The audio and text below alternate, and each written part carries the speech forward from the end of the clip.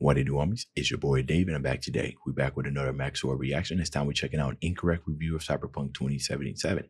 Wow, I don't know why I was struggling to say that. Anyways, I have played this game. I own it. I'm having a blast. Never even finished the main story because there's too many side quests, too many things that keep distracting me. Let's go ahead, shut up, and turn it up. I love the music though. I really do. Big fan of the Cyberpunk stuff. Down-tempo, mid-tempo. Cyberpunk 2077 is the long-awaited sequel to Fallout 2076, and as a product represents the entire economic output of the country of Poland. In this game, you play as the Cyberpunk, Keanu Reeves' biggest fan, who creates a tulpa of Keanu Reeves that haunts him for the duration of the game. Now a team, the true and shadow Keanu strive to eke out a living in the dangerous yet rewarding Night City, offering the very best in Californian living conditions. Together, you navigate the dark streets, glitzing high-rises, and mangled faces of— California living conditions. All right, so this was 2 years ago. Is it worse or is it more of the same? That's to all you Californians out there. This beautiful conditions. Together, you navigate the dark streets, glitzing high-rises, and mangled faces of this beautiful metropolis, seeking riches and glory as proud members of Hamas. Under the yoke of crushing poverty, systematic oppression, and runaway monopolies, you stand as Night City's final bastion of defense against a shady underworld of business executives, mercenaries, ANCAPs, and every single kind of ethnicity in existence. Daring to strike back, it's up to you, and you alone, and you and Keanu Reeves, to navigate this scary world together yourself, and to get to the bottom of who the when is where, on top of the sixth, the near, whatever, and build this city on rock and roll. But to understand Cyberpunk 2077, hold on. The accuracy, bro. I can't tell you, man. The vocabulary and stuff, man. I be trying to follow, and the funny thing about it is that it ain't that difficult. I think it's more of my wanting to get back to the action that I just don't be understanding things. I'm pretty sure if I like actually focus on everything, it's probably a really simple story to understand, but that, what he just said, all of that, and to get to the bottom of who the win is where on top. Accurate. The sixth, the near, whatever, and build this city on rock and roll. But to understand Cyberpunk 2077, you must understand the world of Night City. Night City is a dangerous place where the internet no longer exists due to nuclear viruses, forcing people to stand up and socialize for entertainment. This has far-reaching consequences on society and has resulted in a decadent morass where the poor are forced to rob you for fun. Crime is at an all-time high, advertisements are in the water, and on top of that, everybody is a cyborg with the equivalent speed of a fucking xenomorph. As a result, the city is populated by a series of stereotypical gangs that you can't join or have quests with. Come on guys, even Todd got this right. These consist of the animals, who are buff B-rated broskies who could break my bitch of a back without busting a fucking breath. Maelstromers, who are Adeptus Mechanicus, Moxes, who are ethical cock destroyers and suited up giga prostitutes in charge of worker co-op strip clubs. The Voodoo Boys, who are pissed off radical Haitian separatists dedicated to the destruction of the white man. Tiger Claws, who are the bargain bin Yakuza. Valentinos, a generic Hispanic gang who, according to the wiki, have no goals other than seducing women. The 6th Street gang, who are just groypers. And finally, the Scabs, who are Slavic vaporwave enthusiasts that specialize in kidnapping and harvesting your organs. It therefore really disappoints me when I figured out that I could only interact with these gangs about 3 times each. Their primary purpose is to be repeatedly fucked with without any consequence. I am simply fucking surprised that not even a basic faction system exists. I once did a favor for a corporate agent in the main quest, and the far-reaching consequences of my decision was that I had sex with her. That's it. Speaking of corporations, Night City is a place where corporations have run completely amok and are involved in every single level of government through lobbying, which isn't corruption because it has a different name, guys. In the world of Cyberpunk, billionaires are free to coup as many Bolivian governments as they please. That lithium isn't going to mine itself. Exploit convict slave labor to make hand soap, make Taiwanese labor laws worse, engage in literal wars, and also mind control the mayor. That's a quest. All hospitals and— Hey boy, ain't no way he over here layering like real world. These real world pictures and everything. It's not too far off, huh? Ambulances are privatized, and you can pay for the deluxe package to arm your paramedics. You paid to go to that hospital, and goddammit, you're gonna fucking get there. Ultimately, the lore and setting of Cyberpunk 2077 is the best aspect of the game by far. You can tell just by looking at every single crevice of the city that a poor Polish femboy slave spent hours modeling every goddamn recycle bin until his hands bled. The game really sells you on the feeling of being in a crack den and buying Xanax wrapped in a cassette tape and stapled onto a guy's face. Even the most basic side quest areas make Dark Souls 2 look like it's designed by ants. When someone tells me this game took 8 years to develop, up, this is why I believe them. The game runs especially well if you have a computer designed to fight God and nothing else. But as controversial as this game's performance is, it can be universally agreed that the music fucking slaps. This game is jam-packed with the most goddamn amazing copyright-free music I have ever seen. All of it sounds like the realistic, as if it is the music of the exist in the Fiber Skunk world. You got the classic metal, rock, reggae, and grimes. Grimes is in this fucking game. This is the closest I will ever get to reaching Elon and telling him to stop killing people for lithium. I can only imagine a dude in CDPR HQ talking to a suit like, "Sir, it is imperative to the success of the game that you allow me to create dank reggae music." But now that you're aware of the world of Hyperfuck 2077, it's time to get into the combat. I still can't settle on like stealth. When you first play the game, the gameplay melee mechanics won't seem that complex, and every enemy is kind of a bullet sponge. This will persist until you unlock the gigantic mantis blades that protrude from your arms and fly 15 feet forward into most enemies like a xenomorph. This is the only goddamn RPG besides Skyrim where melee isn't just viable, it's fucking optimal. I didn't even try to hack or do stealth after I figured this out. Ultimately, the game isn't afraid to let you break it in terms of damage numbers and lets you experiment with maybe 2 or 3 different main specializations on top of the basic shooter gameplay. If you stick to a basic rifle and try to do something like aim at enemies like a fucking idiot, you're gonna have a bad time. So what I recommend is stacking crit damage over several orders of magnitude with a revolver and insta-killing every single enemy you see. Any shooter that encourages you to be mobile in a fight is more fun than sitting in a corner and blinking, and Cyberpunk gives a lot of incentives to move. Cyberpunk is also a game where you not only modify skills in a tree, but metal in a body, such as passive bonuses that I don't care about, and the goddamn gorilla arms. Do I need to say more? You can return to monkey, although when it comes to all passive in that you don't care about. Accurate. these different weapons and specializations, it seems that there isn't much variety in how you specialize. Whatever happened to Skyrim giving an entire skill tree dedicated to just being a werewolf? Tech pistols, smart pistols, stupid pistols, revolvers, burst fire, have bonuses for all of them or none of them. The combat is fun, but there isn't that much to it, which is why it reminds me of Borderlands. There's also the driving gameplay, and it feels like ice skating on a pool of frozen lubricant and dozens of ropes are in the way. Cars have the stopping distance of several fucking city blocks and want to drift for literally every time.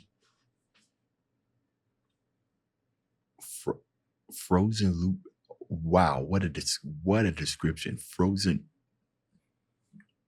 I have several mods installed in my Cyberpunk. Honestly, if you're playing this game without any mods, man, I don't know how you're doing it, but hey, vanilla for all you vanilla lovers out there and everything. But I did install a mod to improve the handling of the vehicles. Even that one that lets you glide and fly across the city, that one's so well done. Honestly, I think that's mostly how I traverse, unless it's like a story mission. But frozen lubricant is crazy. It is faster in this game to delete your save file and create a new one if you want to travel back to your fucking house. This is because Night City ran out of rubber in the year 2040 and have subsequently been making tires out of the increasingly rotted corpse of the Michelin Man. When it comes to the open world or dynamic gameplay, I'm really glad that it didn't take the GTA 5 route where you play tennis once and then get fucking bored. Mr. Boss for the win here, and in this video, I'm going to be showing you guys a full-length tennis match. Instead, the game saturates itself with small, numerous side quests where 90% of the time you're paid to go somewhere, kill everyone, and then leave with no nuance. The side quests are the dynamic gameplay. This isn't the game where you go hunting. My biggest issue with the entire game thus far is that the side quests are either William Shakespeare fucking masterpieces, or they have micro stories that are summarized in 2 sentences. Let's walk through a side quest. You go to drive a weird guy somewhere. He gets out of the car, goes to the store. Oh no, he actually robbed the store. Then you kill everyone. Congrats, the quest is over. No further development. Fuck you. I would trade 8 of these fucking quests to get a decent one. It's like you're playing a weird mixture between Fallout New Vegas and a Ubisoft game. The Witcher 3 had something similar, but in The Witcher 3 I was actually surprised sometimes. Let's look at the better half of this. There are side quests that are fucking 8 missions long. You learn the entire backstory for an ensemble of enterprising actors and then crucify them on live television. I can't stress enough how actually godlike the writing for these quests are. When the developers decide to write words. An impressive cop. There is a side quest in this game involving a meticulous search with a skilled detective to track down and locate a serial killer using only your wits, an underground battle for control of a strip club from the clutches of organized crime, and a complex family feud in a biker gang. Or I can play the same murder spree in a single room 16 fucking times. This game is like reading 6 dirty copies of War and Peace, and then every 20 pages you have to stare at cardboard. Imagine for a moment that you're a Militech guard in the beautiful Night City. You see this weird guy running down the street wearing 14 different colors like a goddamn clown, when suddenly his arms open up like a fucking alien to reveal 2 gigantic sword-like appendages, and he leaps directly into you from 15 feet away. Your buddy goes to shoot him, but instead of fighting back, the fucker disassembles an entire rifle in front of him. And once he's done killing everyone, he sits perfectly still for 24 hours straight. That is the true open-world experience. Do you remember playing Fallout New Vegas and having so many interesting little elements to the quests and their effect on the world that you never had to find the fun? Well, most of Crying Trunk's quests had me going, oh yeah, this is a video game. I never felt like these quests improved my relationship with Freeside or helped the NCR. They were just there to waste my time. In fact, let's stop But it was comparing fun. things to Fun Fallout New waste of Vegas time. forever, since it's the perfect game. Don't let Todd hear about this And that's conversation. That facts. aside, there are a good 30 to 40 hours of meaningful content in this game. You don't have to do all the gigs unless you're reviewing the game. Then you might just have to. Night City also suffers from an issue where all the police are in a state of quantum. Oh, snaps. That was just 2 years ago. He was at 232. Wow, the growth is crazy. At a 1 million now. 2 years growth? That's what's up, man. Superposition where they are both far away and nearby at all times. Meaning, if a citizen were to commit a crime, the cops would simply quantum tunnel directly outside their cone of vision. This is because the aforementioned Michelin droughts of 2040 caused the police to give up driving entirely. There Teleport is no everywhere. driving AI in the game.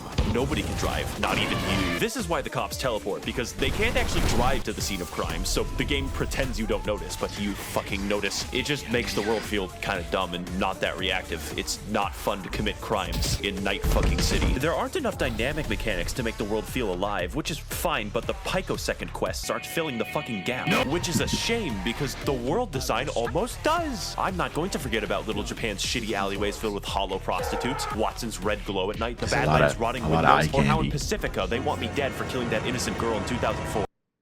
So when you're done with your first 40 hours of epic adventures, daring escapes, and thrilling car chases, I'm the around game doesn't seem to have enough small- to I think keep I'm me around a playing. small But let's 200. rewind for a moment to talk about what makes those first 40 hours satisfying and fun.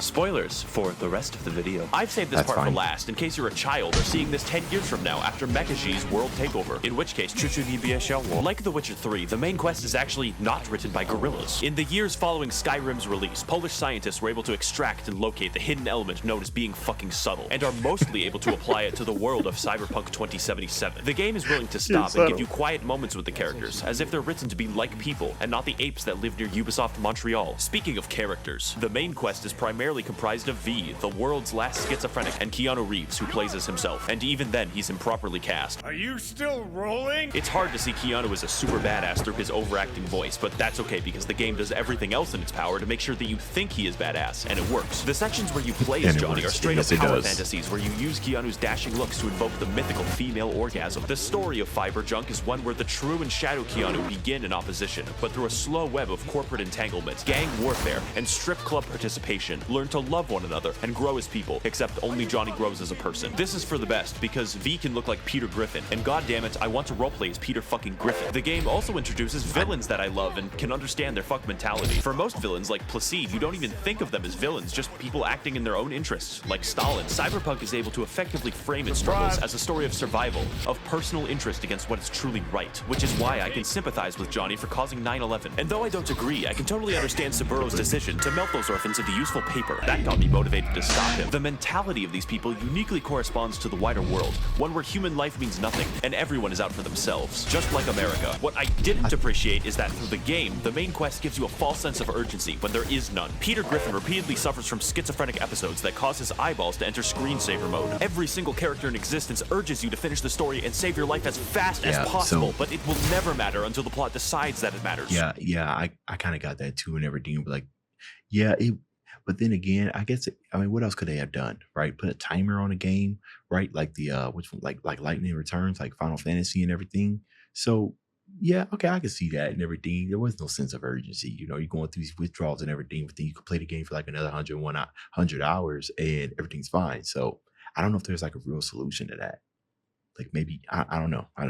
If you do all of the side quests, V is the equivalent of a sickly paper bag carrying a shotgun with 50 hydraulic toasters attached, and one of those toasters used to be a rock star before a geriatric Japanese man ate his soul. The game insists that you're weak and dying, when in reality you've killed thousands of people out the fucking hospital window, and it's jarring. At max Lastly, speed. people are mad online that you can't continue after the main quest because they are wombats. And if you fuckers somehow convince CDPR to patch in a post-game, I will eat a cricket on camera. Is this game worth your money? Probably. Unless you have a PS4, in which case you've already been sent to the black pit of shale from which you will never return. I'd like to thank the monetary contributions of the oil barons and media conglomerates that fund my channel and keep it operational. If you would like to contribute your blood diamond money harvested from the recesses of African child labor, you can head to my Patreon to learn more. Thank you all for watching, and of course, death to Arasaka, paid for Pay for by military. milk.